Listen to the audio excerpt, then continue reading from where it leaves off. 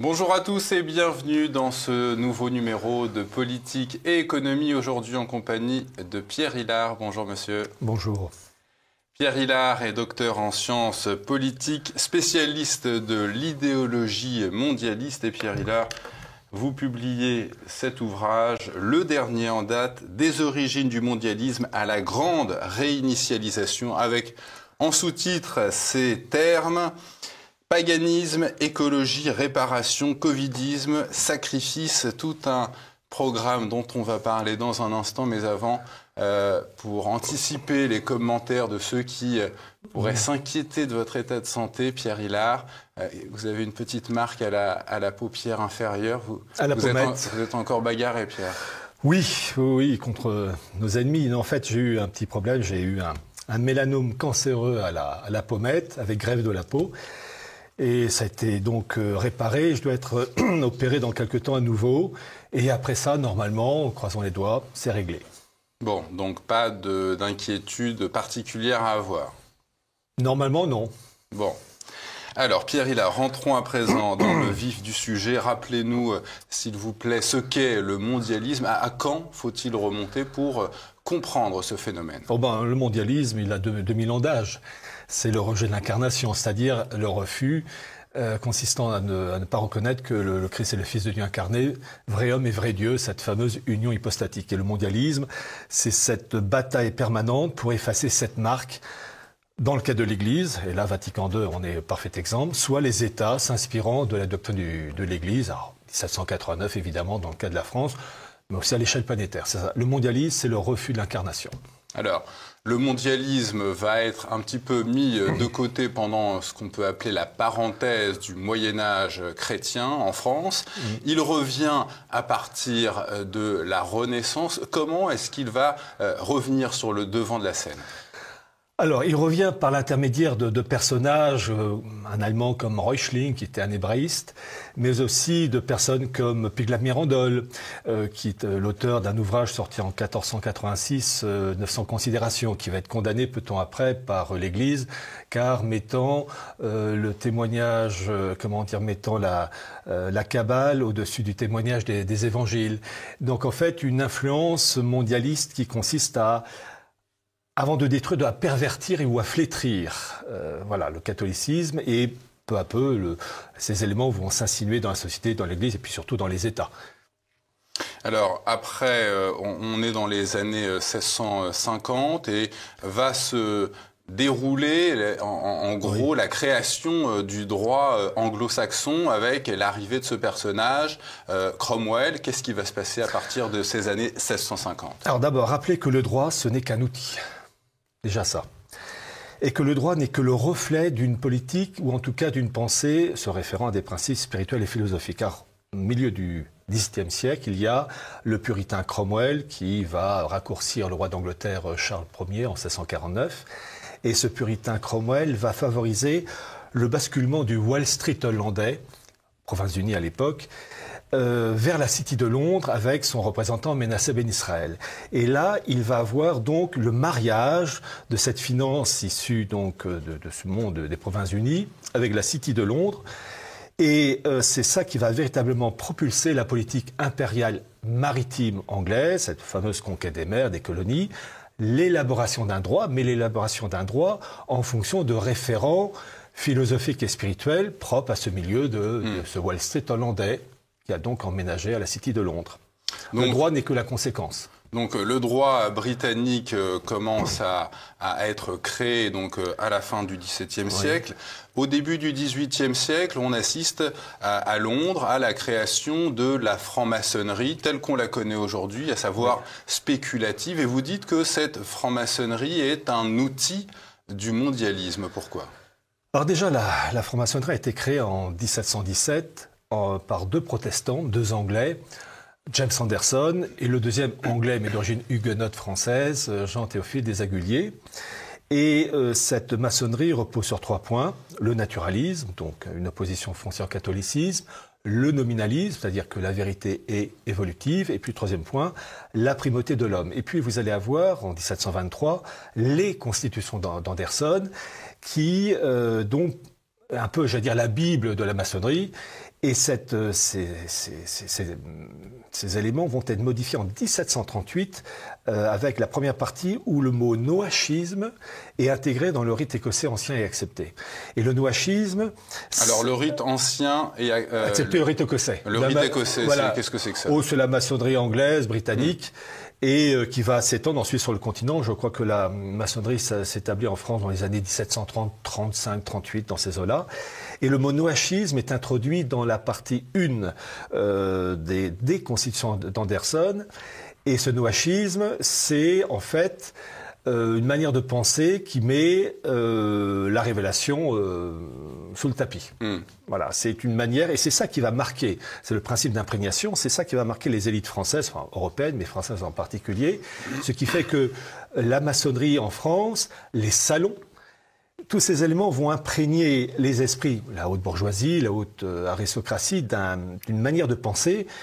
Et évidemment, ça va aider terriblement au basculement de 1789. Je vous rappelle que le confesseur du roi de France, l'abbé de Vermondans, était grand officier du Grand Orient de France. Preuve que le mondialisme est un rejet de l'incarnation, donc du message du Christ. La franc-maçonnerie, elle aussi, comme outil du mondialisme, rejette le catholicisme. Et d'ailleurs, plusieurs papes, à partir de 1638, 1738, excusez-moi, ont rejeté la franc-maçonnerie. Oui. Tous les papes ont condamné à partir de Clément XII, je crois que c'est Clément XII, en tout cas 1738, l'idéologie maçonnique. Et évidemment, ça n'a pas été, bien reçu parmi les États en raison d'une sécularisation, enfin d'une distinction de spiritualité temporelle, enfin que les États se sont de moins en moins inspirés des directives catholiques, et 1789 est la punition, si je puis dire, la conséquence. Alors on est en 1789, la Révolution française. Pourquoi dites-vous qu'elle a empoisonné les esprits?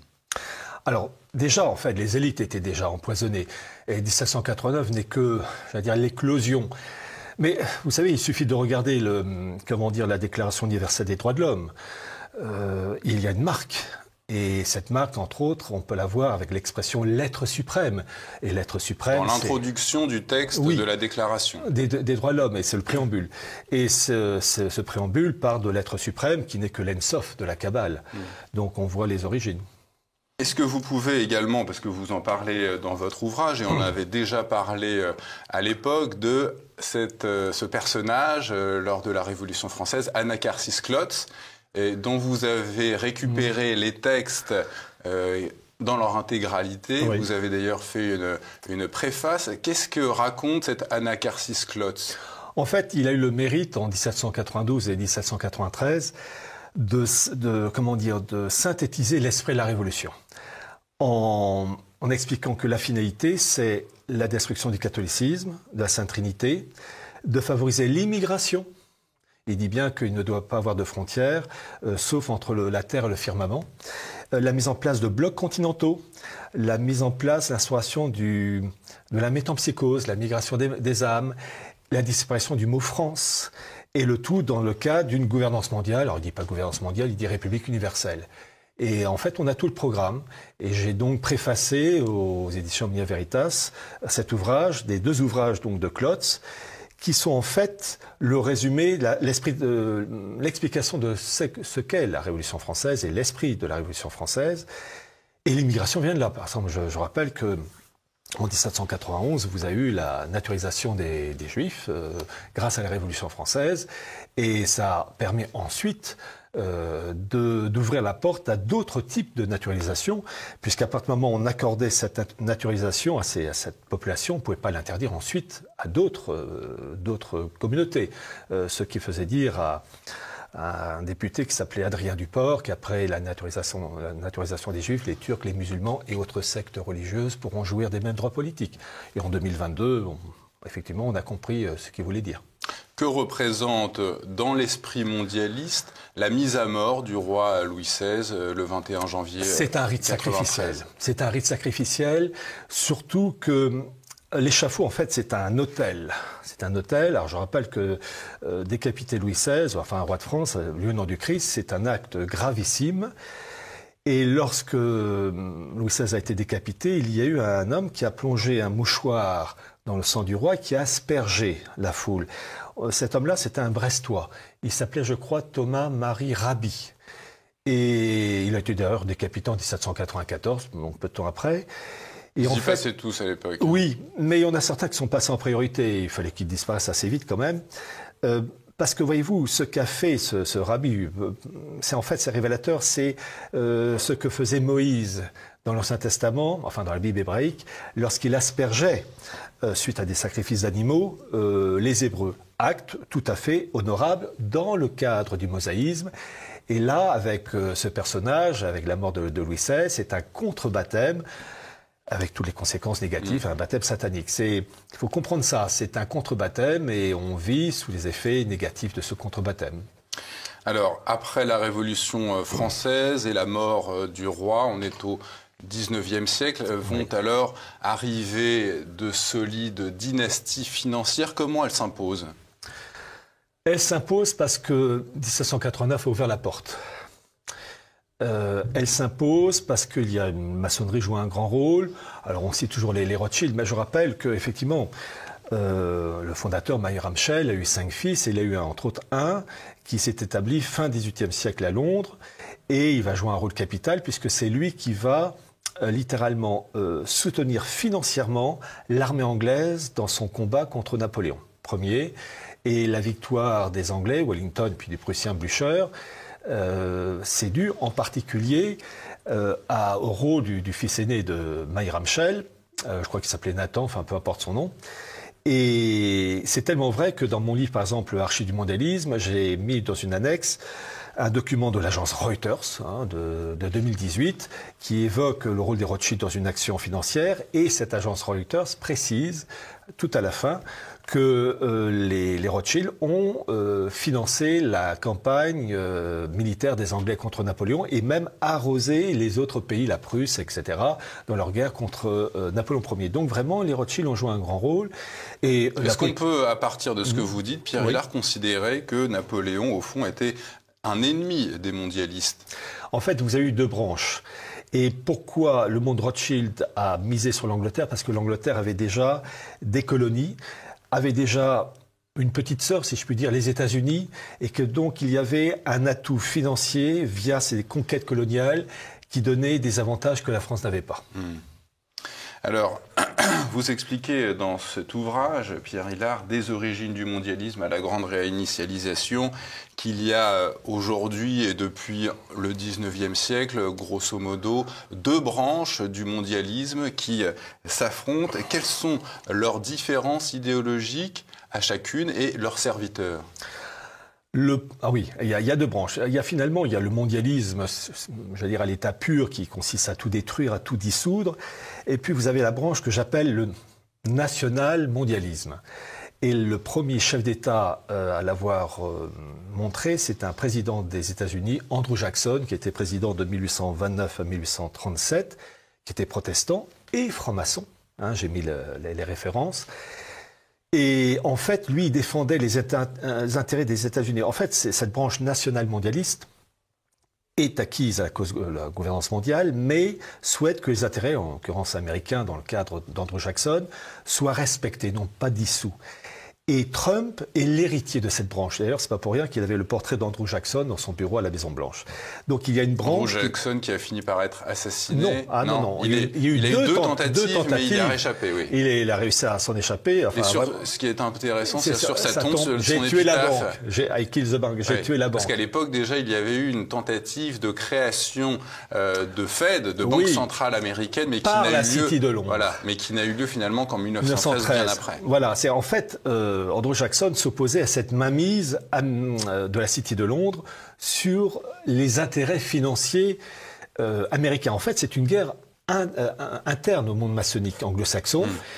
Une branche voulait le côté gouvernance mondiale sous la coupe de la Cité de Londres. La branche américaine, en la personne d'Andrew Jackson, défendait le même principe, mais avec un pilier américain solide dans le cadre de ce directoire mondial, gouvernance mondiale. Alors, Jackson donc a été le premier, on va dire, de ce mondialisme national, on va dire. Oui.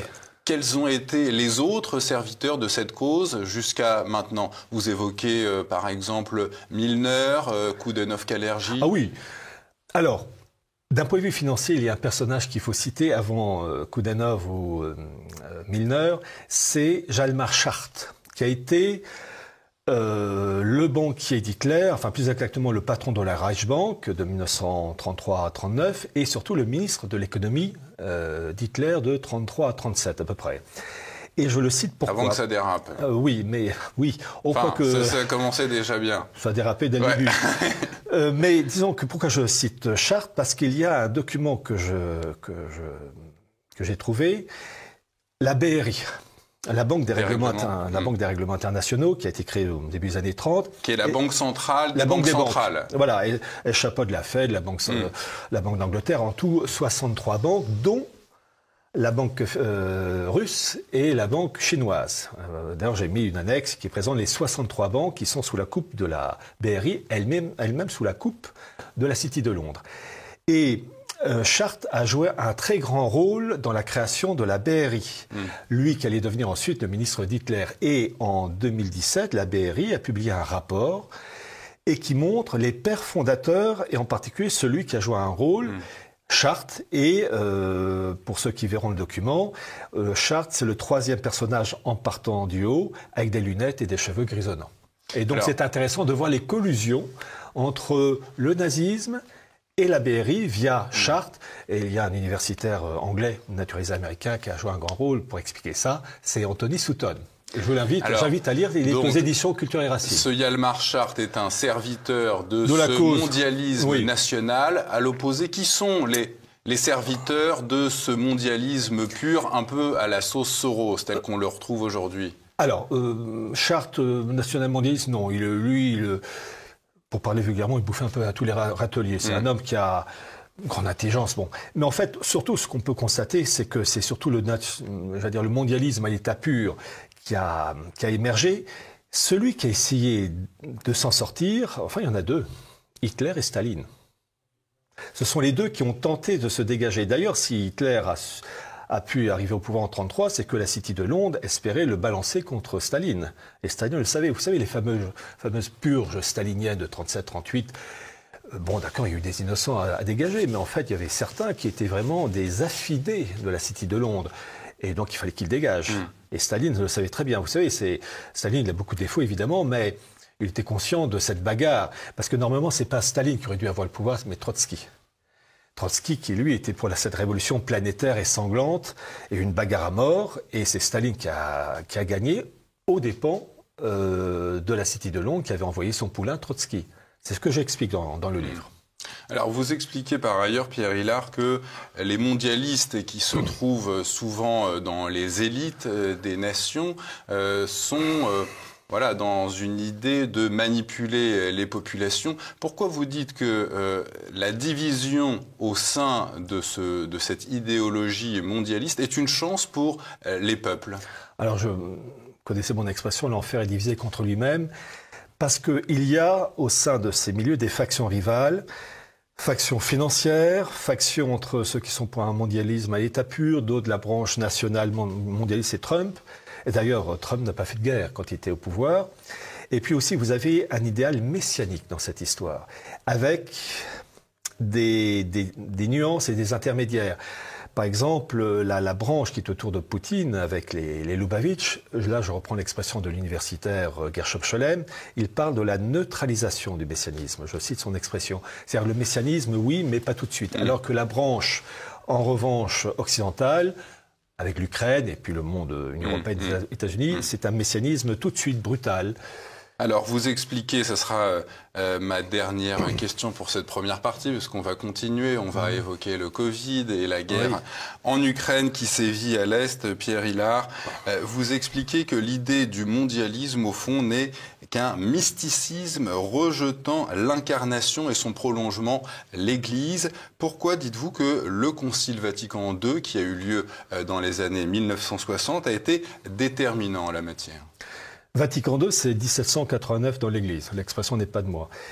Et en fait, c'était le dernier élément de la tradition à s'opposer à tout ce courant né depuis la Renaissance, etc.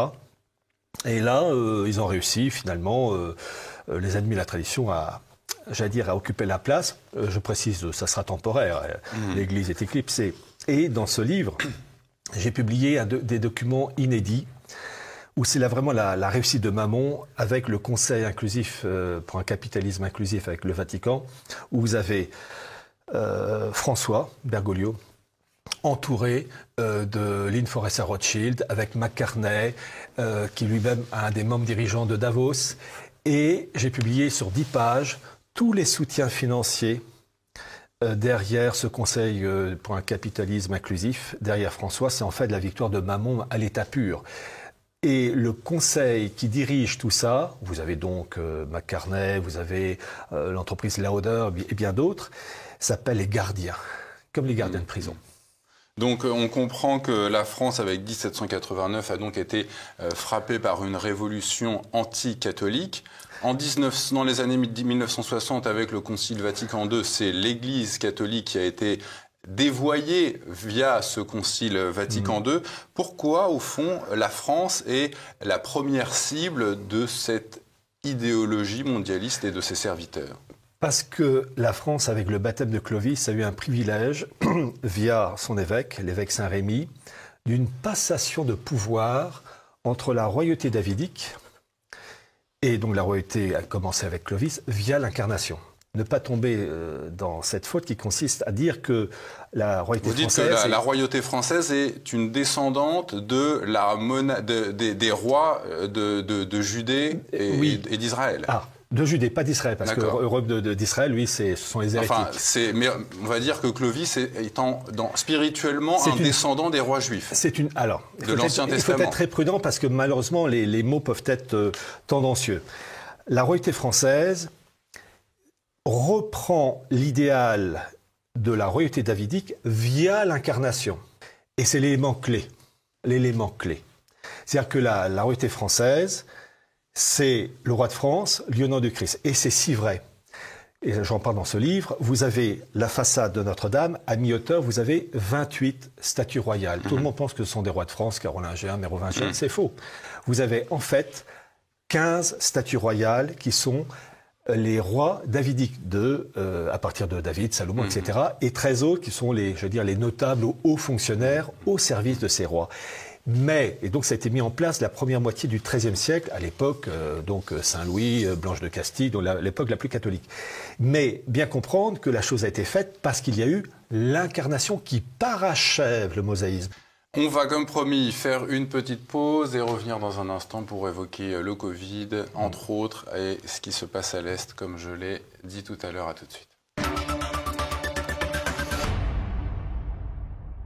Retour sur le plateau de Politique Économie en présence de notre invité Pierre Hilard avec cet ouvrage des origines du mondialisme à la grande réinitialisation. Alors, Pierre Hilard, nous voici maintenant à l'ère moderne et vous dites que le Covid n'est qu'un outil au service d'une cause supérieure. Je vous cite, « Il y a des manœuvres idéologiques, financières et politiques visant à amplifier l'effet de cette pathologie sur la société française. » Et vous avez observé un certain nombre d'éléments tout à fait étonnants avant l'arrivée de ce Covid, qui anticipaient en quelque sorte l'arrivée de cette pandémie. Expliquez-nous. Oui, alors vous avez eu la Fondation Rockefeller en 2010 qui avait pondu un rapport annonçant déjà un problème sanitaire important. Vous avez Yvan 201 quelques mois avant que la chose ne soit publiée. Vous avez aussi une bande dessinée élaborée et conçue par la Commission européenne qui annonçait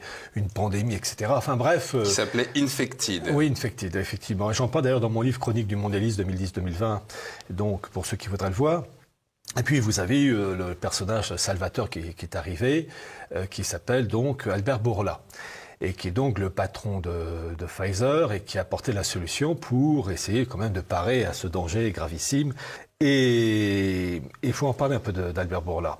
Bon, je rappelle, il est une formation de vétérinaire. Il est docteur aussi en biotechnologie. Il est né en Grèce, à Thessalonique. D'ailleurs, c'est intéressant parce que c'est un lieu célèbre au XVIIe siècle pour un messianiste qui s'appelait Sabbatai-Sfi, qui avait promu tout ce qui est rédemption par le péché, Saint-Péché, les rites sacrificiels, enfin bref, des traditions qui peuvent perdurer. Et Albert Bourla est à l'origine donc d'une politique vaccinale. Il n'y a pas que lui, mais il a particulièrement joué un rôle important. Et il a bénéficié de soutien, et c'est très intéressant, comme Vanguard, tout ce qui est fonds d'investissement ou encore de BlackRock. On avait parlé avec Olivier Pichon et cet invité Guy de Lafortelle qui a étudié très longtemps. J'ai vu la vidéo très intéressante. Et le patron rappelé que Pfizer a été condamné à plusieurs milliards de dollars pour escroquerie, pour fraude, malversation, tout court. Alors, pour dire, en tout cas pour le patron de BlackRock, qui s'appelle Larry Fink, il faut savoir qu'il est membre du comité de direction de Davos. Bon. Que Pfizer a été condamné, j'ai publié un document officiel d'un institut américain qui a recensé toutes les malversations et les amendes que Pfizer a dû payer depuis 1995, 6 milliards 500 millions à peu près de dollars. Et chose très intéressante, la dernière amende de Pfizer remonte à septembre 2021, 69 millions de dollars. Et quelques semaines plus tard, le patron, Albert Bourla, recevait 2 prix. Le prix de l'Atlantic Council, qui est un truc mondialiste à mort, qui a le soutien de Bank of America, du département d'État américain, de la fondation Konrad Adenauer, qu'il faudra en parler aussi avec l'affaire ukrainienne, parce que tout ça, c'est entrelacé. Et donc, c'est comment elle s'appelle, la patronne, Ursula von der Leyen, de la Commission européenne, la présidente, qui a joué les maîtresses de cérémonie, qui a remis ce prix aussi à Albert Bourla, et le même Albert Bourla, qui quelques semaines plus tard a reçu le prix, je cite, le prix Theodor Herzl, des mains de Ronald Lauder, alors que quelques semaines auparavant, il avait dû quand même payer une somme de 69 millions de dollars, une amende. Alors, petite précision, comment il s'appelle, Bourla est à la tête donc de Pfizer depuis 2019. Mais je me suis intéressé à une chose. Qui dirigeait Pfizer avant 2019 ? C'était un Britannique qui s'appelle Ian Reid. Et Ian Reid est à la tête du Bilderberg pharmaceutique qui s'appelle le club de Dolder. Dolder, c'est le nom d'un hôtel de luxe en Suisse et qui est encore plus discret que le Bilderberg. Il n'y a même pas de site internet. C'est uniquement des dépêches AFP qui ont permis de savoir son existence. Il existe donc ce club de Dolder qui donc réunit la crème de la crème pharmaceutique, dont Bourla et bien d'autres, qui se réunissent chaque année depuis 1971. Et par exemple, au mois d'août 2021, ils se sont réunis à Paris et ce joli monde ensuite est allé dîner à l'Élysée avec Emmanuel Macron. Je précise que Bourla est vraiment lié à la crème économique, financière, lié au Business Roundtable, au Business un autre institut dont le nom m'échappe, mais aussi, il faut le préciser, il est lié à tout un ensemble de personnes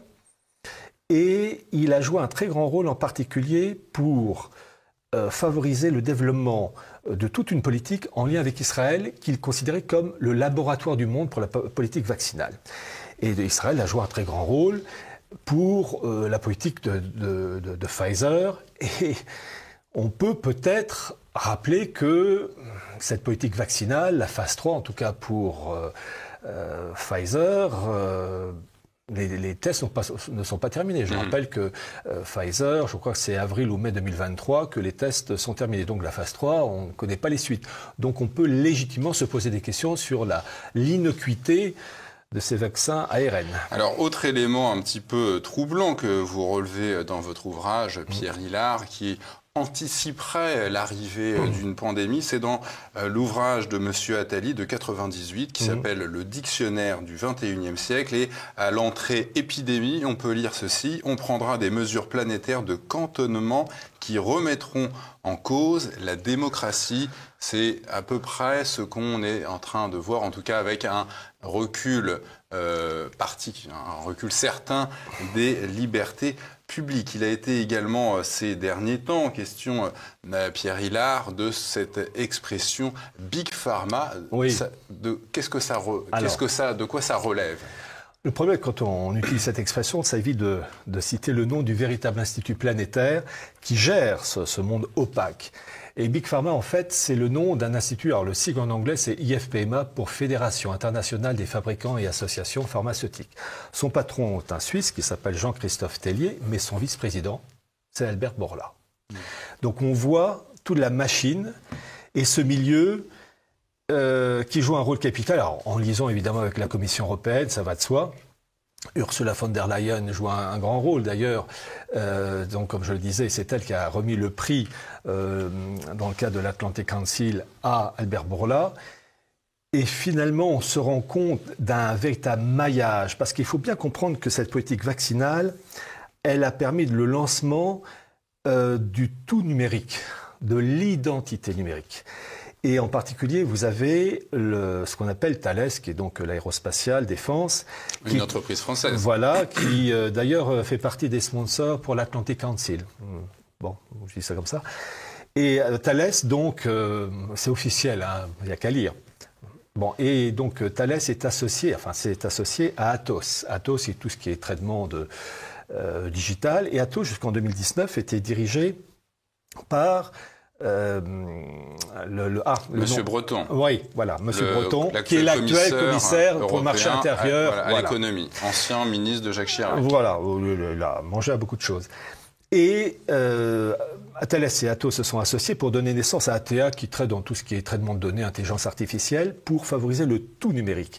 Et c'est finalement cette politique via Bourla et compagnie qui rend possible le tout numérique avec le pass vaccinal, et on peut se dire légitimement qu'après les élections présidentielles, les choses devraient reprendre du poil de la bête le temps que les élections passent. Voilà. Oui, il a été question d'une suspension du QR code, le fameux pass vaccinal, mais qu'est-ce qui vous permet de penser qu'il pourra y avoir un retour de ce pass vaccinal? Parce qu'on voit quand même que l'épidémie est plutôt... officiellement, j'entends. Oui. Enfin, le nombre de morts on juge une pandémie à l'aune du nombre de morts. Ah oui, comme je l'ai dit, on est très loin de la pandémie de 1347. Mais là, c'est le problème, c'est... Oui, la moitié de l'Europe, entre le tiers et la moitié de la peste noire avait emporté l'Europe. Mais c'est ça que les Français ne semblent pas comprendre, c'est que, pour le moment, avec ce qu'on a, c'est pas une pandémie.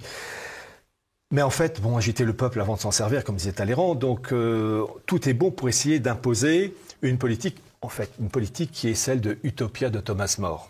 Bon, et d'ailleurs, j'ai présenté un timbre édité en 1985 par l'Église, conciliaire, j'entends, qui montre bien cette politique de mise en place d'un processus qui est un monde collectiviste, surveillé, un monde bigarré et égalitaire à mort. Tout ça dans le cadre un cadre spirituel bien défini. Voilà. Tout cela chapeauté sous ce que l'on appelle le socialisme fabien, à savoir un capitalisme pour l'élite, un capitalisme de connivence en haut et un socialisme pour les masses en bas. Oui, une société totalitaire.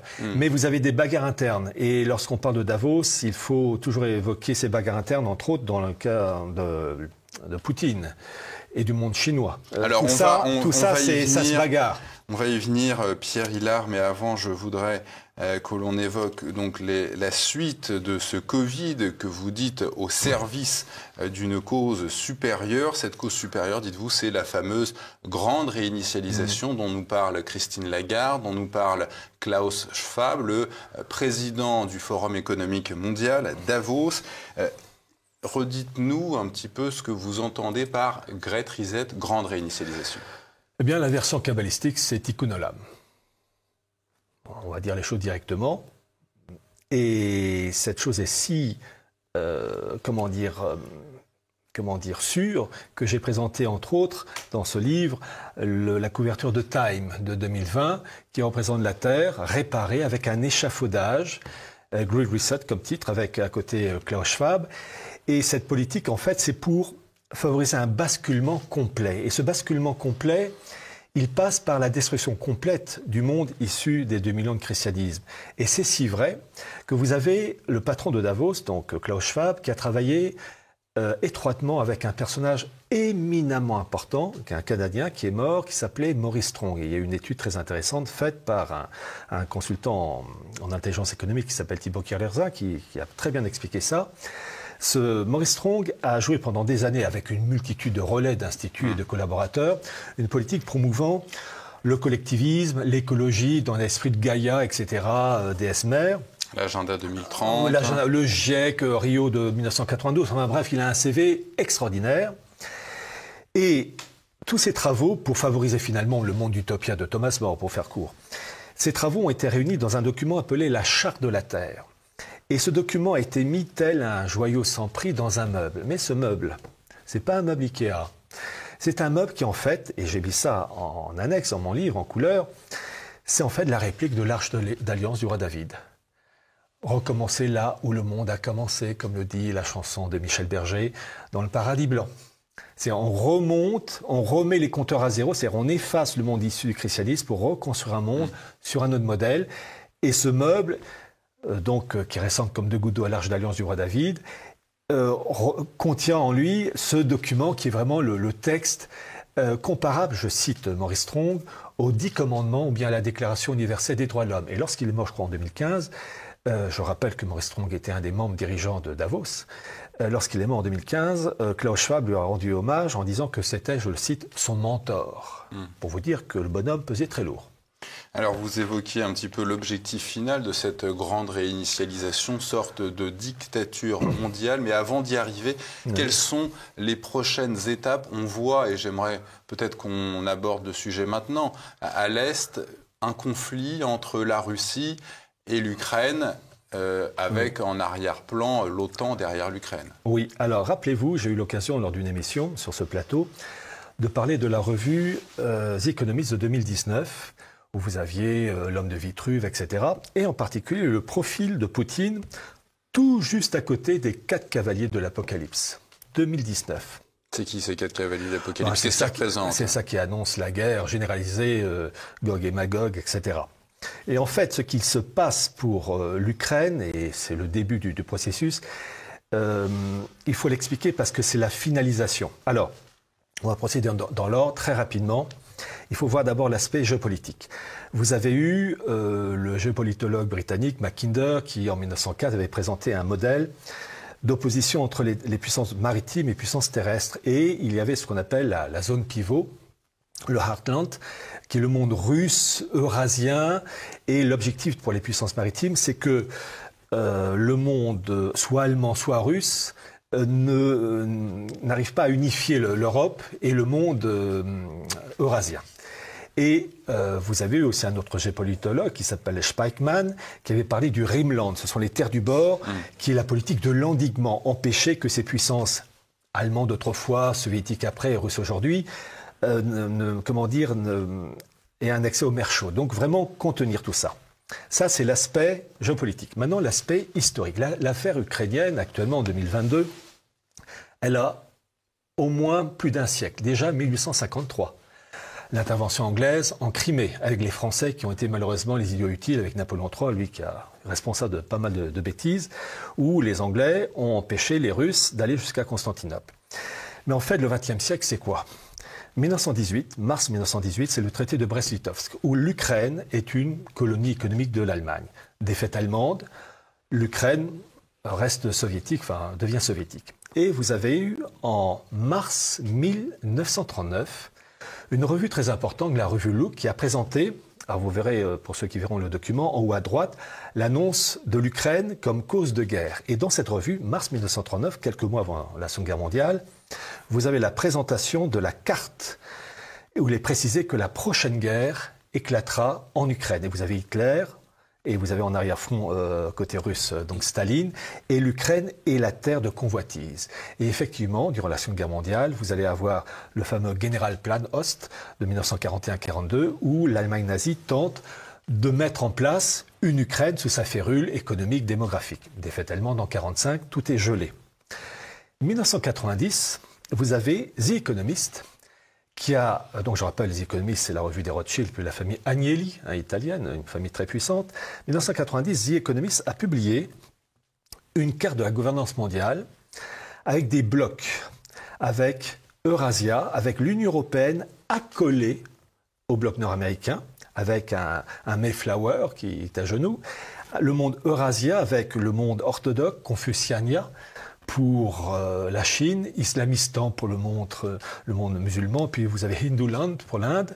Et en fait, on a là, je ne dis pas l'exacte réplique, mais en tout cas le prototype de la gouvernance mondiale en bloc.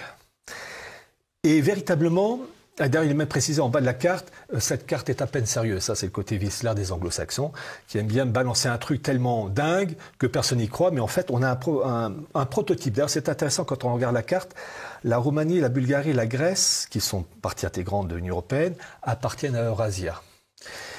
Et donc on a un idéal. Et dans cette histoire, vous avez une bagarre avec Poutine qui lui a toujours voulu un traitement égal-égal. Tout au début des années 2000, il n'était pas contre l'intégration de la Russie dans l'OTAN. Mais, avait-il ajouté, à condition que nos vues soient prises en compte en tant que partenaire égal. Et en face, le monde anglo-saxon, hors de question. Et en fait, vous avez là une opposition, on revient toujours au mondialisme à l'état pur, puis au national-mondialisme. Poutine, lui, il est pour un partage des intérêts de chacun de manière où chacun y trouve son compte. Et il y a ce fameux discours de Poutine en 2007 à la Wehrkunde, à Munich, où il dit qu'est-ce que le monde unipolaire? C'est un seul centre de pouvoir, un seul centre de force, un seul centre de décision. C'est le monde d'un unique maître, d'un unique souverain. Il s'y oppose. Et cette bagarre s'est accentuée avec l'affaire d'Ukraine 2004, 2013, 2014, Maïdan, etc. Et comment il s'appelle, un des géopolitologues américains, Brzezinski, disait bien que la perte de l'Ukraine pour la Russie serait la perte catastrophique, la perte de son rang d'empire. Et donc la ligne rouge pour le monde russe, et Poutine en particulier, c'est faire en sorte que l'Ukraine ne tombe pas sous la férule anglo-américaine via l'OTAN et via l'UE. Et ça, les Anglo-Américains, ils ont tout fait pour, bloquer, en tout cas pour imposer leur vue. Et vous donner une petite information pour vous montrer le rôle. Vous avez eu McCain, vous avez eu Madeleine Albright qui est décédé récemment. 1997 à 2001, le patron de l'OSCE, Organisation pour la sécurité et la coopération en Europe, en Biélorussie. Biélorussie, Ukraine, tout ça, ça va ensemble. C'était un Allemand qui s'appelle Hans-Jörg Wick. Donc, ce Hans-Jörg Wick était tout simplement l'ancien patron des services secrets allemands, le BND, le Bundesnachrichtendienst. Et donc, on voit qu'il y a de la part de l'Occident une volonté de déstabiliser, de s'accaparer ces territoires, et Poutine, lui, ne veut pas. Et il dit bien qu'en fait, Poutine, il s'est rendu compte qu'il ne pouvait pas s'entendre avec ces gens-là qui veulent s'accaparer tout le gâteau. Poutine, il est pour un nouvel ordre mondial. Et là, je vais citer un extrait d'un texte, d'un discours qu'il a tenu en 2014 à Valdai. Cet extrait se trouve dans mon livre Atlas du mondialisme. Vous allez voir... Atlas du mondialisme qui est apparemment de nouveau disponible chez votre édition. Il est, oui, aux éditions Culture et Racines. Je cite les propos de Poutine en 2014. « Quelle pourrait être la base juridique, politique, économique pour un nouvel ordre mondial qui permettrait la stabilité et la sécurité tout en encourageant une saine concurrence et en ne permettant pas la formation de nouveaux monopoles qui entravent le développement. Peut-être le plus important est-il le respect de ses partenaires et de leurs intérêts. » Les Anglo-Américains, ils ne sont pas pour. Je continue. C'est une formule évidente, mais le fait de la respecter tout simplement pourrait changer radicalement la situation du monde. Nous n'avons même pas besoin de reconstruire quelque chose de nouveau à partir de zéro. Ce n'est pas une terre vierge, d'autant moins que les institutions créées après la Seconde Guerre mondiale sont relativement universelles et peuvent être dotées d'un contenu moderne et adéquat pour gérer la situation actuelle. Cela est vrai quant à l'amélioration du travail de l'ONU, dont le rôle central est irremplaçable. Et il termine par cette phrase, « Je pense que nous avons besoin d'une nouvelle version de l'interdépendance. » Donc, en fait, un partage du gâteau. Et en face, ils ne le veulent pas. Et l'élément que je raconte dans ce livre, et j'avais déjà évoqué ce passage lors d'une émission sur ce plateau, ce sont les fameux DTS, les droits de tirage spéciaux. Créé en 1969, sorte de monnaie mondiale, un panier de devises. Un panier, voilà, un panier de monnaie pour créer une monnaie mondiale. Voilà, il y a le dollar, le yen, le yuan, la livre et l'euro. Voilà, en fait, il faut rappeler. Déjà, The Economist en 1988 avait présenté la photo du phénix, la nouvelle monnaie mondiale, avec des billets de dollars brûlants. Ça a été annoncé à nouveau en 2012, à la fin des Jeux Olympiques de Londres, la clôture de ces Jeux, où vous avez un phénix qui apparaît à partir d'une sphère qui ressemble étrangement au Covid. Et vous avez la même chose dans le cadre de, du FMI, où décembre ou novembre 2020, il présente un phénix numérisé avec le virus. Enfin bref, on sent que vraiment ça leur tient à cœur.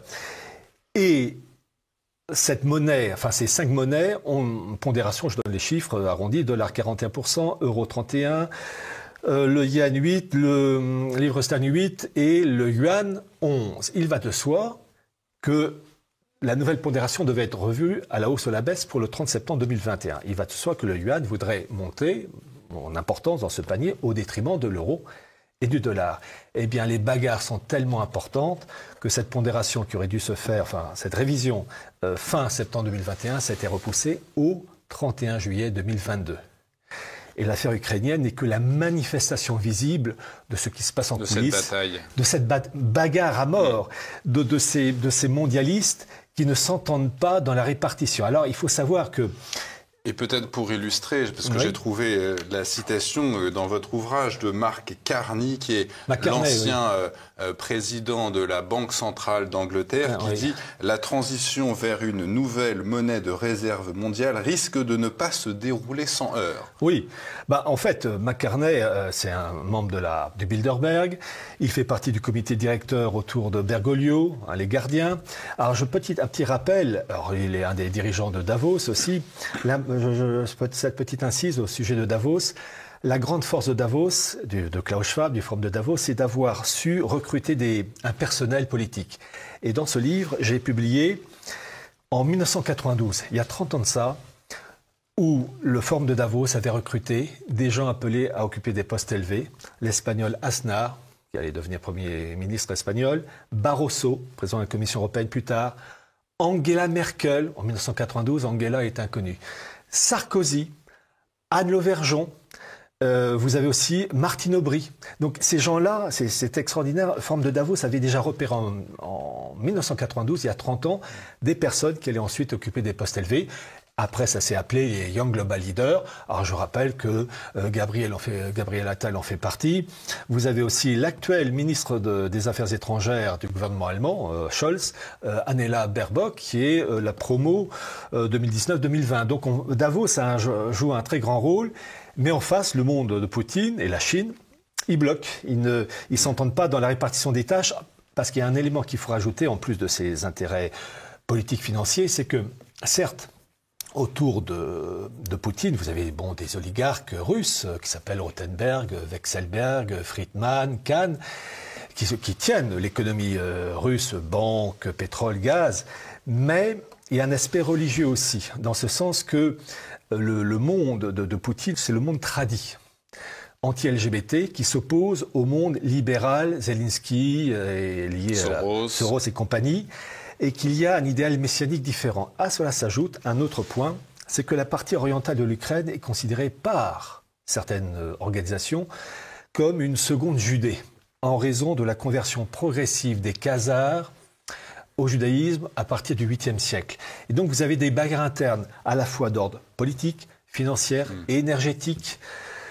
Et là, on vit une époque dans ce sens que le dollar est en train de se casser la figure. En fait, les accords de Bretton Woods de 1946 vont disparaître. Poutine est en train de dynamiter Bretton Woods parce que il met en valeur le rouble aux dépens de l'euro et du dollar. Le fait qu'il y ait eu à peu près 300 milliards de dollars, de roubles, enfin de dollars, appartenant au monde russe, littéralement gelés. Donc finalement, les pays se rendent compte que leurs biens peuvent être confisqués par la mafia mondialiste. Et puis vous avez la mise en place, de l'équivalent SWIFT. Pour le monde chinois, c'est IPS. Pour le monde russe, c'est le SFPS. Et donc, en fait, un monde nouveau se crée aux dépens du dollar et du pétrodollar. Vous avez l'Arabie Saoudite qui parle de plus en plus de vendre son pétrole à la Chine en yuan. Et finalement, le dollar, avec son pétrodollar, il va s'effilocher. Et ce qu'on peut dire, c'est qu'on assiste à un basculement d'un passage d'un monde à un autre où tout est détruit. C'est le chaos ab ordo. Et il y a une citation que je voudrais vous donner d'un universitaire qui s'appelle Gershom Scholem, et je suis obligé de prendre le livre. Allez-y, Pierre Hillard. Qui résume la situation et qui correspond à notre époque. Je le cite. Dans tous ces textes, dans toutes ces traditions, l'annonce de cataclysmes sans lesquels les apocalypses ne peuvent se concevoir est décrite en images fulgurantes qui revêtent toutes sortes de formes.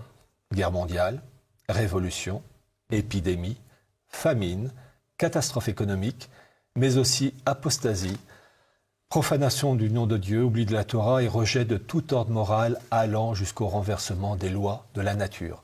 Nous sommes exactement dans cette période de bouleversement, de climax. Climax, c'est une expression en biologie.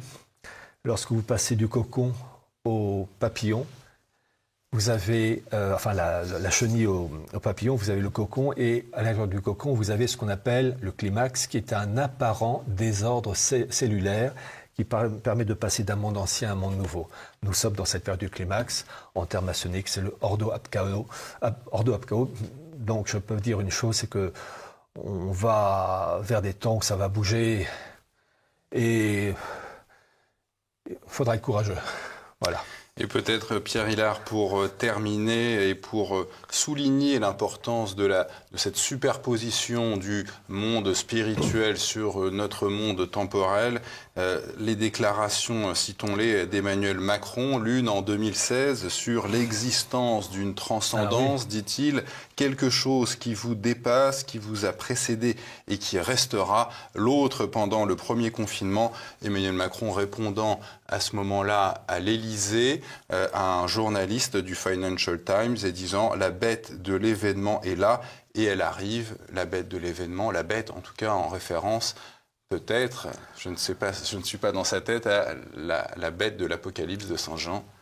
Et du prophète Daniel, c'est pourquoi j'ai mis dans ce livre la statue de ce léopard jaguar ailé qui a été mis à la fin de l'année 2020 devant l'immeuble de l'ONU et qui s'appelle lui aussi le gardien, comme le comité directeur autour de Bergoglio. Tout un symbole. En fait, l'ennemi s'affiche, il se révèle. C'est-à-dire qu'avant ces choses-là qui pouvaient paraître stupides ou complotistes, je rappelle que le mot complot, H.G. Wells parlait de conspiration ouverte. Open conspiracy. Le romancier de science-fiction, voilà. L'homme invisible. Et en juillet 1947, Koudanov-Kalergi a évoqué ces propos de H.G. Wells avec donc cette conspiration ouverte. Tout est sur la table. Je parle de la Pan-Europe. Koudanov-Kalergi, c'est le fondateur de la Pan-Europe. Je rajoute cet élément que j'aurais dû préciser tout à l'heure. La Pan-Europe, j'ai mis tous les noms de la Pan-Europe France en 2004-2005. Vous aviez Chirac, Michel Barnier, Alain Juppé, Philippe Segat et Raymond Barre. Et le même Raymond Barre, en 1984, était membre de Davos et il dirigeait un groupe financier pour mener à bien la politique mondialiste. On a une classe politique véreuse. Pierre Hillard, vous venez de le dire, tout est sur la table et tout est d'ailleurs sourcé dans cet ouvrage qu'on pourra retrouver sur la boutique officielle de TV Liberté. Merci Pierre Hillard d'être venu sur notre plateau. Quant à nous, on se retrouve pour un prochain numéro de Politique et Économie très bientôt. N'oubliez pas de liker cette vidéo, de la commenter. Merci à tous, à bientôt.